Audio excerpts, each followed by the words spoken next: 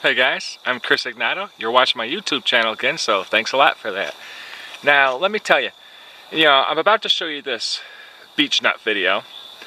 And really quick though, you remember that hickory nut video I was talking about? Well, check these guys out. These are in the same family. Okay, look at that. Can you see that? Is it in focus? Let's pretend that's in focus. But these are butternut hickory, okay? Quite similar to hickory nut, a little bit different. So this is another species that rocks, okay?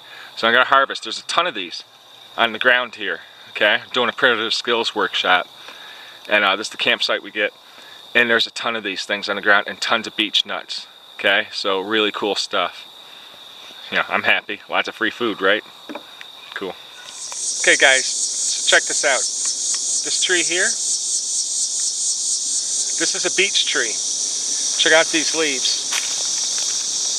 Okay? Now, hold on. See these leaves here? Check out the veins.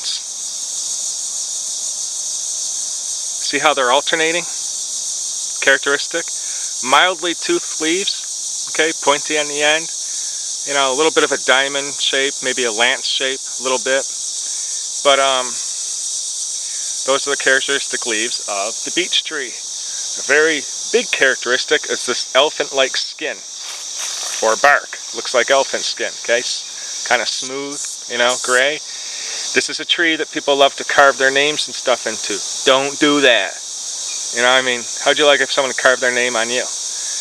This is the tree's skin. It's its primary form of defense, right? You carve that into it and it causes all sorts of trouble. Not to mention the fact that after a while, it doesn't look so nice. In fact,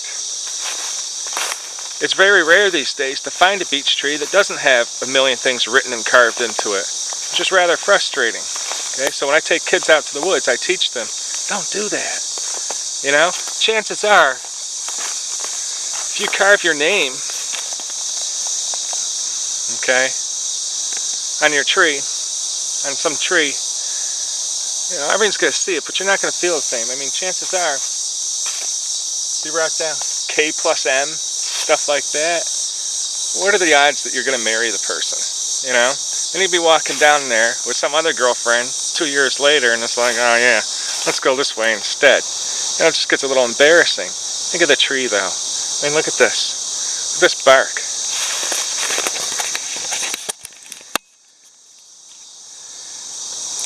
Okay, it just crumbles away. It's all open up for diseases and stuff to get into the wood. This harms the tree, and it's an eyesore.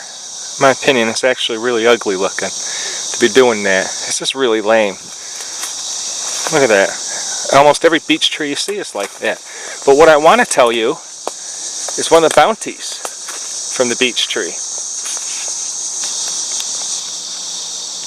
Like that didn't look stupid. Now here's a good example of the beech tree. Look at these leaves. Okay? Semi-toothed. You've got those alternate veins in them. But look at these fruit. They're not ready yet. But here's the fruit found on the beech tree. Okay? Now within these husks, see how I had to pick it? It didn't come off easily? It means it's not ripe yet. But within this is your fruit. I'll take some of these home a little later on and show you what I'm talking about. Okay? Actually, I filmed these last year. I'm going to show you a clip I made last fall about these nuts and how to get your food from them. But just remember that tree. Okay? Remember these leaves. See those alternating veins? Okay? Semi-glossy leaf. Medium to dark green. That's what it looks like on the underside. Okay? There's more fruit up there, more nuts everywhere. The seeds of this tree are delicious, but you have to go through a lot of effort to obtain the meat. And I'm sure a lot of people figure it's not worth it because you just get a tiny little bit of food. But it's a tasty treat, and I've had some where they're rather plump, rather meaty. So keep this tree in mind, the beech tree. It's related to the hornbeam, You know, it's in the same family. That's cool. It's a cool feather, isn't it? You can see right through it. See me? See me smiling? Cool stuff. I love feathers. But the ironwood is in the same family as the beech tree. Very dense wood, very hard, very heavy. And you can use it for making certain kinds of tools and stuff. But as I said, it's a very dense wood, really heavy and hard for around here.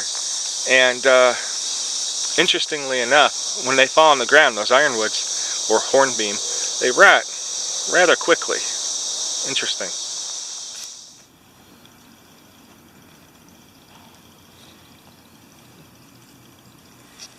Okay, so here are some of the beech nuts.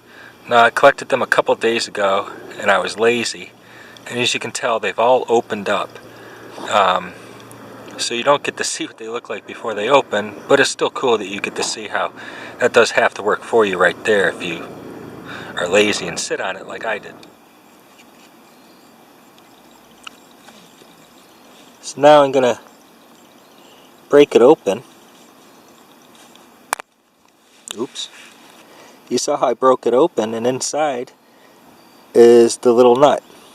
It's pretty sweet, tasty. I like them a lot. The reason why you don't hear about them a lot is a lot of people don't eat them. That's all. They just don't know about it. It's not that they're not tasty or anything. And it's a bit of an effort, as you can tell. I got to get through the husk or let them dry and do it on its own. And then you got to break apart the little nutshell from the nut within. And then this is the edible part. As you see, there's a little bit of hairs, and you can just pluck the hairs off, you know, brush the hair off if you want. I usually leave the hair on it, or if there's an excessive amount, I just rub the hairs off, and then you're good to go. Real tasty, real sweet, not a lot of food, but it's a good treat. There you go, beech nuts. Real simple. Get them from beech trees by the thousands if you can get there before the birds and squirrels do. And these things, the sweet spot is like 2 nights, 2 days, you know, it doesn't last long. Either it's too soon or too late. There you go, beech nut.